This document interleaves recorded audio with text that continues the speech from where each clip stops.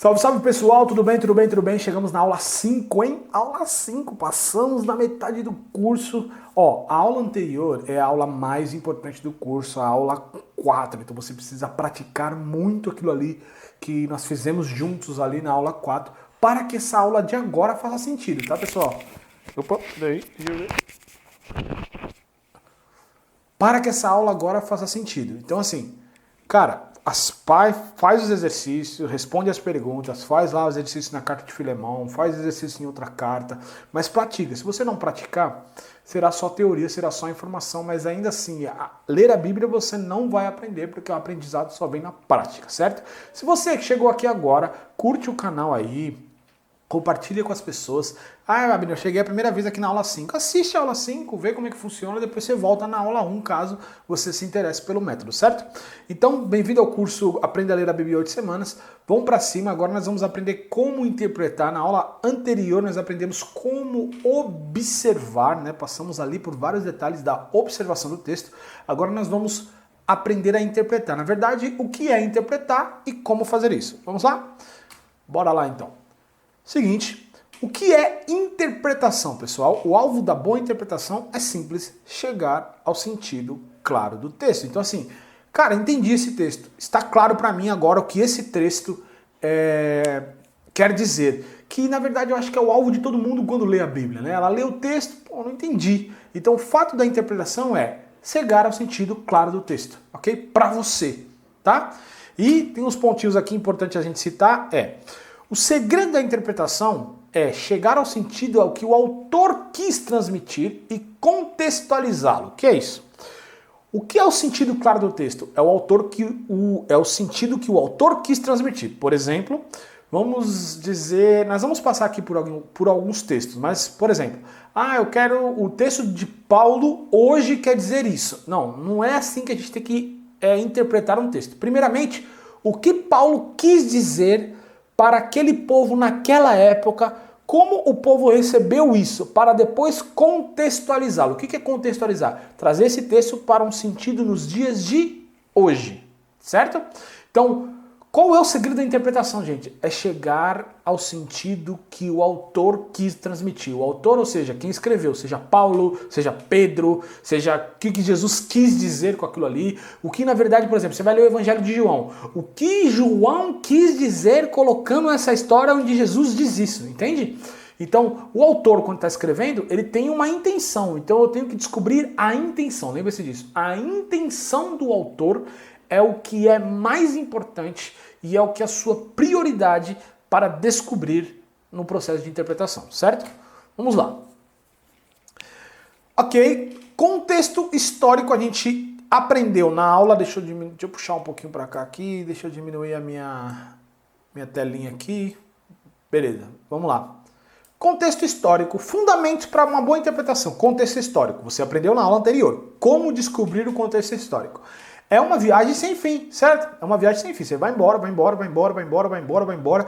Quanto mais você for estudioso, quanto mais você for curioso, quanto mais você for interessado, melhor será para você, tá? Depois vem o contexto literário, que nós não falamos na aula passada.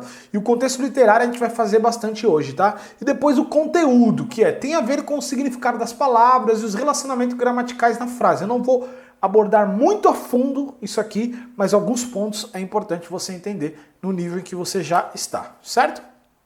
Vamos para a prática então? Vamos para a prática então. Primeira coisa que a gente vai fazer, a gente vai passar por cima de Filemão, certo? Nós vamos passar por cima de Filemão, que é onde a gente estava, certo? Aqui no programa do The Word, eu coloquei o link lá na descrição do vídeo anterior para você baixar esse programa caso você tenha PC, desktop, notebook. Você pode baixar esse programa para você usar. Caso você não tenha, usa o aplicativo ou usa a sua própria Bíblia. Então assim, depois que nós fizemos o estudo do contexto histórico total através do vídeo do Bible Project, através de uma pesquisa e de um estudo da introdução do livro, através de uma pesquisa pessoal, nós precisamos ler o livro, certo? A gente fez isso na semana passada, mas vamos fazer de novo, que é ler o livro para chegar a um contexto literário de que uma frase especificamente quer dizer. Só que nós vamos fazer em outros textos para ficar mais claro, certo? Mas nós lemos aqui o livro, então, por exemplo, Paulo, prisioneiro de Cristo Jesus, e o irmão Timóteo. A você, Filemão, nosso amado cooperador. A irmã Áfia, a Arquipo, nosso companheiro de lutas, a igreja que se reúne com você em sua casa. A vocês, graça e paz da parte de Deus, do nosso Pai e do Senhor Jesus Cristo. Sempre dou graças a meu Deus, lembrando-me de você nas minhas orações, porque ouço falar da sua fé no Senhor Jesus e do seu amor por todos os santos.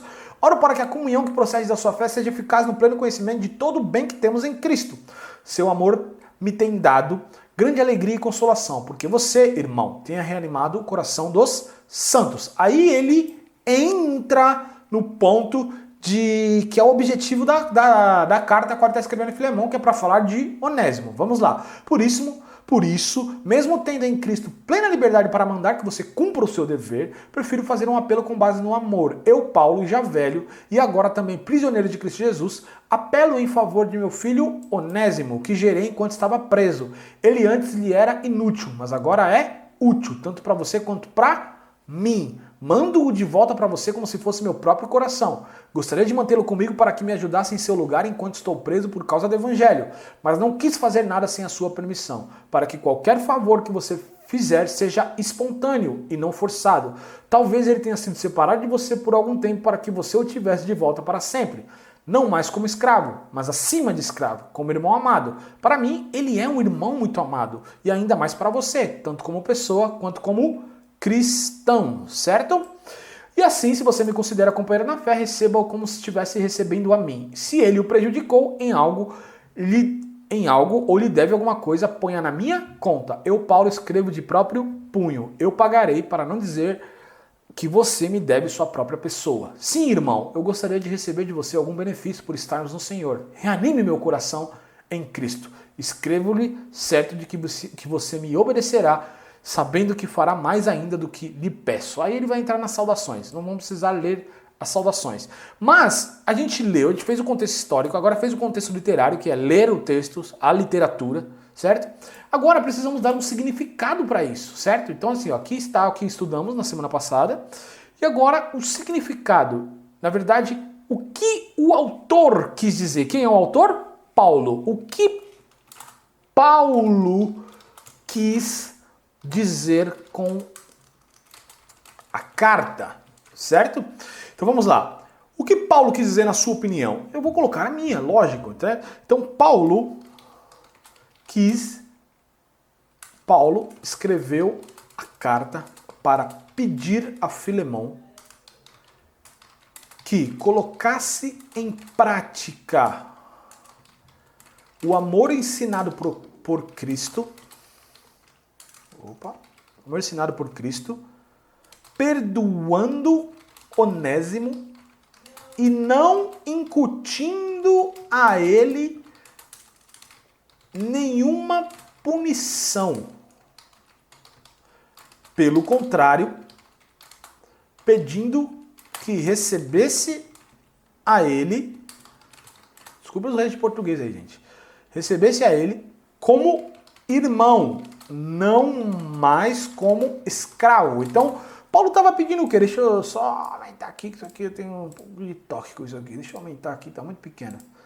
Então, Paulo, ele estava pedindo que Filemão recebesse Onésimo sem incutir nele nenhuma punição e ainda recebendo ele não mais como escravo, mas como irmão. Ou seja, pedindo também a liberdade de Onésimo. Olha como é importante. A gente entendeu o sentido da carta. A gente entendeu o sentido claro da carta.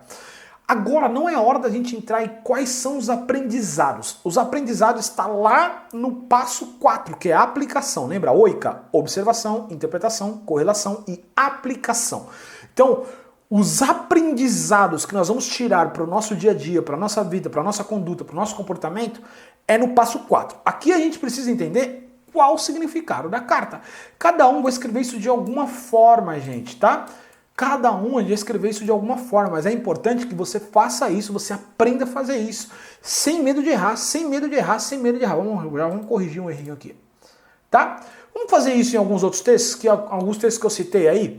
Eu citei, por exemplo, tudo posso naquele que me fortalece, certo? Está em Filipenses 4, se eu não me engano, 13. Vamos ver se é isso mesmo. Tudo posso naquele que me fortalece, certo? O que é, pessoal, encontrar o significado do texto através do contexto literário. Nós não fizemos um contexto histórico aqui de Filipenses. Mas o que eu sei de Filipenses é: Paulo estava preso, é uma das cartas feitas na prisão. Alguns estudiosos dizem que ele pode estar preso até com água até o pescoço, tá? Lógico, é uma especulação.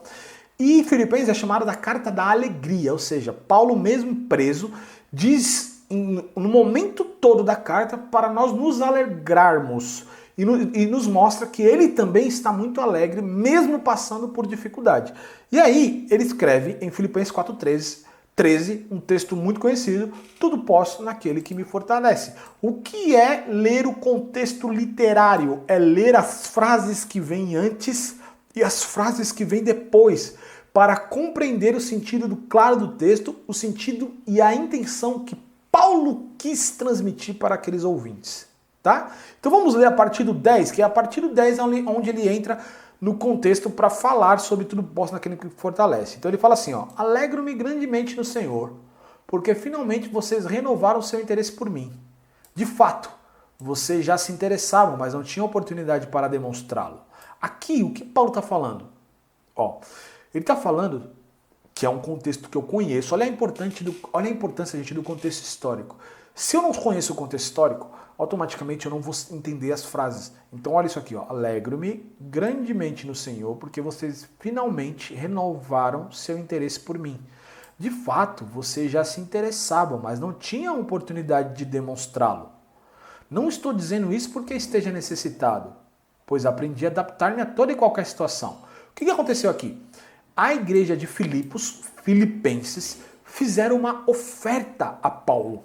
Eles ajudaram Paulo financeiramente. Então por isso que ele está falando, ó: vocês finalmente renovaram o seu interesse por mim. Vocês já se interessavam por mim, mas não tinham a oportunidade de demonstrá-lo, certo? Não estou dizendo isso porque esteja necessitado, pois aprendi a adaptar-me a toda e qualquer situação. Olha como vai fazer sentido agora. Sei o que é passar necessidade e sei o que é ter fartura. Aprendi o segredo de viver contente em toda e qualquer situação. Seja alimentado, seja com fome, tendo muito ou passando necessidade. Aí entra o texto: tudo posso naquele que me fortalece, gente. Então olha o que ele está falando. O que é esse tudo posso? Está conectado aos dois versículos anteriores. Ó: aprendi a adaptar-me a toda e qualquer situação. Se a gente ler só isso aqui, olha como que faz sentido, gente. Ó: pois aprendi a adaptar-me a toda e qualquer situação, porque tudo posso naquele que me fortalece. Já faz um outro sentido do que ler tudo posso naquele que fortalece sozinho, certo? Só que olha isso aqui: aprendi a adaptar-me a toda e qualquer situação, ou eu tô lendo situação, né, mas tá circunstância ali. Pois aprendi a adaptar-me a toda e qualquer circunstância. Sei o que é passar necessidade e sei o que é ter fartura. Aprendi o segredo de viver contente em toda e qualquer situação, seja bem alimentado, seja com fome, tendo muito ou passando necessidade, porque tudo posso naquele que me fortalece. Aí, isso aqui é o contexto literário. Isso aqui é o contexto literário. Então nós estamos lendo as frases anteriores, podemos ler até as frases posteriores para ver se elas estão conectadas ainda com esse texto. Ó: apesar disso, vocês fizeram bem em participar de minhas tribulações. Como vocês sabem, ele já mudou o assunto, tá vendo? Ele já mudou o assunto, ele já voltou a falar sobre eles estão participando das tribulações dele através das ofertas, certo? Mas o tudo posso naquele que me fortalece está conectado a estes dois versículos anteriores. Sem eles, você não sabe o que Paulo está querendo dizer. Isso é contexto literário, tá? E ainda, para melhorar o contexto literário, a gente pode ler o contexto literário com um ponto da aula passada, que é com outras traduções. Então vamos ler em outras traduções? Vamos ler. Vamos ler na linguagem da Bíblia Viva. Vamos lá. Versículo 11, 12 e 13. Ó: não estou dizendo isso porque eu estava precisando, pois aprendi a viver alegremente, tendo muito ou pouco. Sei viver com quase nada ou tendo tudo. Já aprendi o segredo para viver contente em qualquer circunstância, quer com o estômago satisfeito, quer na fome, na fartura ou na necessidade, porque eu posso fazer todas as coisas que Deus me pede com a ajuda de Cristo, que me dá a força e o poder. Olha que louco. Legal, né? Vamos ler na Nova Tradução Linguagem de hoje. Não estou dizendo isso por me sentir abandonado, pois aprendi a estar satisfeito com o que tenho. Sei o que é estar necessitado e sei também o que é ter mais do que eu preciso. Aprendi o segredo de me sentir contente em todo lugar e em qualquer situação. Quer esteja alimentado ou com fome, quer tenha muito ou tenha pouco, com a força que Cristo me dá, posso enfrentar qualquer situação. Essa aqui, ó, para mim, o tudo posso naquele que me fortalece, a maneira mais simples de falar é dessa forma aqui, ó. Com a força que Cristo me dá, posso enfrentar qualquer situação. Eu vou até copiar para colocar lá na nossa... Ô, nenê. É isso aqui, ó. Significado, vou colocar aqui, ó. Significado de Filipenses 4:13. Na minha opinião, esse versículo exemplifica muito bem. Mas vamos voltar aqui. Vamos ler agora na Bíblia a mensagem, que é aquela bem doidinha. Vamos lá. Aqui nós vamos ter que ler desde o versículo 10. Ó. Estou alegre em Deus mais do que vocês imaginam, porque vocês mostram mais uma vez que estão preocupados comigo. Claro que estão orando a meu favor e pensando em mim, apenas não tinham tido a chance de demonstrá-lo. De fato, pelo que me consta, não preciso de nada. Já aprendi a estar contente, a despeito das circunstâncias. Fico satisfeito com muito ou com pouco. Encontrei a receita para estar alegre, com fome ou alimentado, com as mãos cheias ou com as mãos vazias. Onde eu estiver e com o que tiver, posso fazer qualquer coisa por meio daquele que faz de mim o que sou. Não quero dizer que a ajuda de... Aqui já entrou no outro texto. Vamos ler essa parte aqui, ó. Onde eu estiver e com o que tiver, posso fazer qualquer coisa por meio daquele que faz de mim o que sou. Legal, interessante. E vamos ler agora numa linguagem mais antiga. Vamos ver como que está na antiga aqui, ó. Essa aqui é a ACF, que é a Almeida Corrigida e Fiel de 2007. Não digo isto como por necessidade, porque já aprendi contentar-me com o que tenho. Sei estar abatido e sei também ter abundância. Em toda maneira, em todas as coisas, estou instruído. Tanto a ter fartura como a ter fome. Tanto a ter abundância como padecer necessidade. Posso todas as coisas em Cristo que me fortalece. Louco, né? Muito legal. Então a gente, lendo o contexto literário, a gente consegue chegar ao sentido claro que o autor quis transmitir. O que, na minha opinião, Paulo quis transmitir com esse texto de Filipenses 4:13? Ele quis transmitir: com a força que Cristo me dá, posso enfrentar qualquer situação. Eu posso enfrentar tudo. Eu posso enfrentar tudo. Tanto a situação. Nossa, situação. Enfrentar tudo. Tanto situações ruins quanto boas. Porque, independente do que eu passe, minha força vem de Deus. Então, você está vendo que é isso que Paulo quis transmitir, ok? É isso que Paulo quis transmitir. Agora, vamos num outro texto que eu tinha falado com vocês, falei bastante com vocês, eu não lembro de cor aqui onde está. Bom, parábola do bom samaritano. Ó, vamos ver, Lucas 10, 25 e 37. Vamos ver aqui. Lucas 10.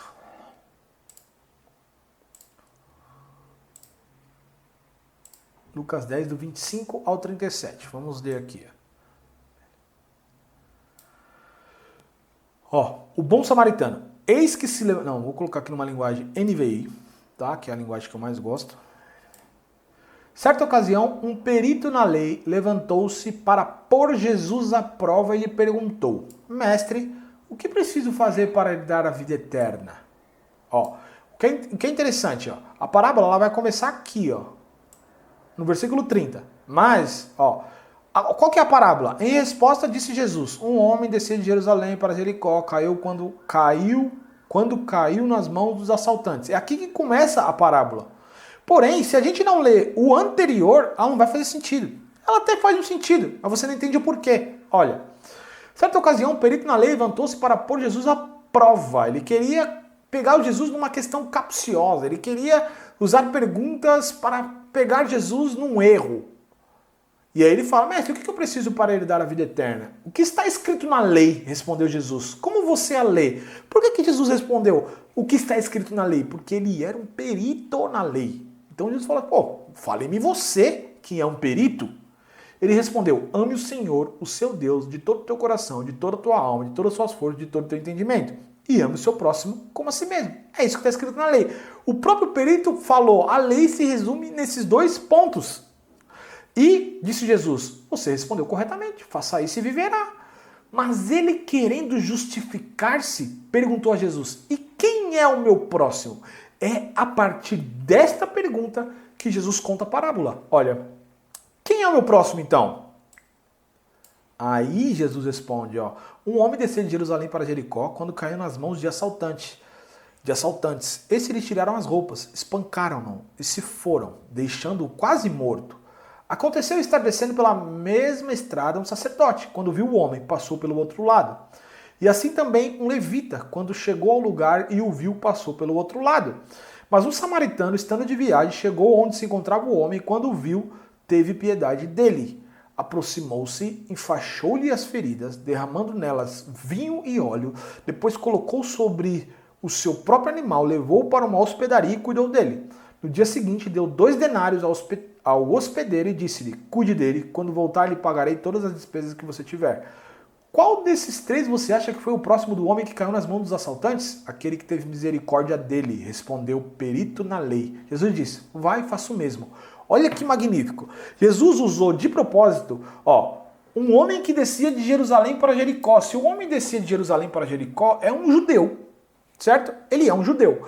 E ele foi pego por assaltantes e foi abandonado ali. Aconteceu estar descendo pela estrada um sacerdote. O sacerdote é judeu, representante divino, não ajudou. Um judeu com o judeu não ajudou. Depois um levita com o judeu não ajudou, porque é judeu com o judeu não ajudou. Agora o samaritano, que não se dá bem com o judeu. Jesus conta essa história, que pode ser real, pode ser só uma história criada, para demonstrar para ele que o nosso próximo são todas as pessoas, até quem a gente pode considerar um inimigo. E olha a resposta no final do próprio perito na lei, que ele fala assim, qual desses 3, Jesus fala assim, aqui, ó, nessa parte aqui, ó, qual desses 3 você acha que foi o próximo do homem que caiu nas mãos dos assaltantes? Qual que foi a pergunta dele? Quem é o meu próximo? Foi essa a pergunta do fariseu, certo? Jesus respondesse, qual desses 3 você acha que foi o próximo? E aí ele, aquele que teve misericórdia dele, respondeu o perito na lei. Jesus disse, vá e faça o mesmo, ou seja, tenha misericórdia das pessoas. Tenha misericórdia das pessoas. Ele falou diretamente com o perito na lei, os fariseus, que não tinham misericórdia. Eles só queriam que as pessoas cumprissem a lei, mas não tinham misericórdia para com as pessoas. Então, vamos de significado aqui? Vamos para significado aqui. Significado da parábola do bom samaritano. Para não ficar perdido aqui, são significados diferentes, né? Vamos lá.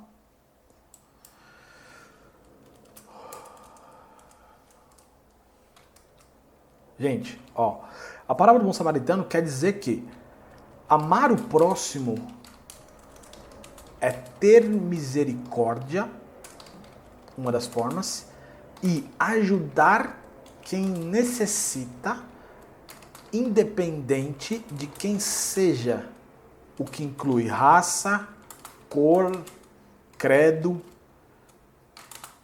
ou sei lá o que for. Quem são nossos próximos? Todas as pessoas. O amor ao próximo é ter misericórdia. O amor ao próximo é ajudar sem olhar a quem. O amor ao próximo é ajudar quem necessita, independente de quem seja, independente se parece ser meu inimigo, que era no caso do samaritano e dos judeus que eram inimigos. Entende esse ponto? Agora, foi isso que Jesus quis dizer, Jesus primeiramente, que foi o que estava falando na parábola, e também foi isso o que Lucas, a gente está falando de Lucas, né? Lucas quis demonstrar escrevendo isso no livro ao qual ele escreveu sobre Jesus. Entende? Então nós chegamos ao sentido claro do texto. Só que a gente só chega ao sentido claro do texto se a gente ler o contexto literário. Se a gente ler diretamente do versículo 30, onde ele começa a contar a parábola, não vai fazer sentido, a não ser que a gente leia anterior o perito na lei querendo colocar ele à prova e o perito fazendo essa pergunta, mas quem é meu próximo? Aí sim a parábola do bom samaritano passa a fazer sentido, certo? E uma última que eu quero ler com vocês, que foi um texto que Deus falou comigo essa semana, que é Lucas 15. Lucas 15, versículo 1. Todos os publicanos e pecadores estavam se reunindo para ouvi-lo, mas os fariseus e os mestres da lei o criticavam. Este homem recebe pecadores e come com eles. Olha isso aqui, ó. E Jesus, a partir dessa questão aqui, a partir desse contexto literário, é que Jesus começa e conta 3 parábolas. Jesus lhe contou esta parábola. Qual de vocês que possuindo 100 ovelhas, perdendo uma, não deixa as 99 no campo e vai atrás da ovelha perdida até encontrá-la? E quando a encontra, coloca alegremente sobre os ombros e vai para casa. Ao chegar, reúne seus amigos e vizinhos e diz: Alegre-se comigo, pois encontrei minha ovelha perdida. Eu lhes digo que, da mesma forma, haverá mais alegria no céu por um pecador que se arrepende do que por 99 justos que não precisam se arrepender. Aqui, ó, que louco. O que ele está contando? Jesus, ele senta com publicanos, que são pessoas de má fama, coletores de impostos, que não eram bem vistos pelos próprios judeus, porque eram judeus também, mas que trabalhavam para Roma contra o povo deles, entende? Como traidores. E pecadores, aqui poderia ser alcoólatras, prostitutas, poderia ser vários tipos de pessoas. E essas pessoas se reuniam para ouvir Jesus, eles estavam interessados em Jesus. Só que os fariseus e os mestres da lei, que são as pessoas religiosas, só se reuniam para criticar Jesus. E Jesus, por causa disso, conta essa parábola. Então ele conta a parábola mostrando que há uma grande importância em quem está perdido, que é o caso dos pecadores e dos publicanos, que Deus ama aqueles que estão perdidos, aqueles que não estão salvos, aqueles que não ouviram o evangelho. Deus ama e busca essas pessoas assim como nós buscamos a ovelha perdida quando perdemos, ok? Só que olha que legal, ele faz meio que uma ironia aqui no final, ó. Ele fala assim: haverá mais alegria no céu por um pecador que se arrepende, que seria o caso dos pecadores publicanos, do que por 99 justos que não precisam arrepender-se. Se a gente lê isso aqui simplesmente falar: nossa, Jesus não se alegra por 99 justos? Não. Não é isso. Esses justos aqui quer dizer, na verdade, quem se consideram justos. Porque eles estavam falando para os fariseus. Os fariseus e mestres da lei não eram justos perante a Deus. Eles se consideravam justos perante a Deus. Então, ler melhor isso aqui seria: haverá mais alegria no céu para um pecador que se arrepende do que 99 pessoas que pensam ser justas e não se arrependem. Entende? Só que aí ele conta outra parábola conectada à da ovelha perdida. Ó. Ou, qual é a mulher que, possuindo 10 dracmas, que é uma moeda, e perdendo uma delas, não acende uma candeia, vai à casa e procura atentamente até encontrá-la? E quando a encontra, reúne suas amigas e vizinhas e diz: Alegrem-se comigo, pois encontrei minha moeda perdida. Eu lhes digo que, da mesma forma, há alegria na presença dos anjos de Deus por um pecador que se arrepende. Olha que louco isso. Depois vem a parábola do filho perdido. Jesus continuou: um homem tinha 2 filhos. O mais novo disse ao pai: Pai, quero a minha parte da herança. Assim ele repartiu suas propriedades entre eles. Repartiu sua propriedade entre eles. Não muito tempo depois, o filho mais novo reuniu tudo que tinha, foi para uma região distante e lá desperdiçou os seus bens vivendo irresponsavelmente. Depois de ter gasto tudo, houve uma grande fome em toda aquela região e ele começou a passar necessidade. Por isso, foi empregar-se com um dos cidadãos daquela região, que o mandou para o seu campo a fim de cuidar dos porcos. Ele desejava encher o estômago com as vagens de alfarrobeira que os porcos comiam, mas ninguém lhe dava nada. Caindo em si, ele disse: Quantos empregados de meu pai têm comida de sobra e eu aqui morrendo de fome? Eu me porei a caminho e voltarei para meu pai e lhe direi: Pai, pequei contra o céu e contra ti. Não sou mais digno de ser chamado teu filho. Trata-me como um dos teus empregados. A seguir, levantou-se e foi para o seu pai. Estando ainda longe, seu pai o viu, cheio de compaixão, correu para o seu filho, o abraçou e o beijou. O filho disse: Pai, pequei contra o céu contra ti. Não sou mais digno de ser chamado teu filho. Mas o pai disse aos servos: Depressa, tragam a melhor roupa e vistam ele. Coloquem um anel em seu dedo e calçados em seus pés. Tragam um novilho gordo e matem-no. Vamos fazer uma festa para comemorar, pois este meu filho estava morto e voltou à vida. Estava perdido e foi achado. E começaram a festejar. A parábola direcionada ao publicano, aos pecadores, ela terminaria aqui. Porém, ele conta o resto da parábola, que aqui representa os fariseus e os peritos na lei que estavam criticando ele. Ó. Enquanto isso, o filho mais velho estava no campo. Quando se aproximou da casa, ouviu a música e a dança. Então chamou um dos servos e perguntou-lhe: O que está acontecendo? Este lhe respondeu: Seu irmão voltou, seu pai matou o novilho gordo porque o recebeu de volta são e salvo. O filho mais velho encheu-se de ira e não quis entrar Então seu pai insistiu com ele. Mas ele respondeu ao seu pai, olha, todos esses anos tenho trabalhado como escravo a teu serviço e nunca desobedeci às suas ordens, mas tu nunca me deste um cabrito para o festejar com meus amigos. Mas quando volta para casa, esse seu filho, que esbanjou os teus bens com as prostitutas, matas um novilho gordo para ele? Disse o pai, meu filho, você sempre está comigo e tudo que tem é seu. Mas nós tínhamos que comemorar e alegrar-nos, porque seu irmão estava morto e voltou à vida, estava perdido e foi achado. Então ele contou 3 parábolas, Jesus contou 3 parábolas, a da ovelha perdida, a da moeda perdida e do filho perdido, para ensinar para as pessoas a importância da pessoa perdida e para mostrar para os fariseus como Deus ama aqueles que estão perdidos e os busca e os deseja. Entende? Então vamos tentar colocar um significado bem simples aqui. Significado das 3 parábolas.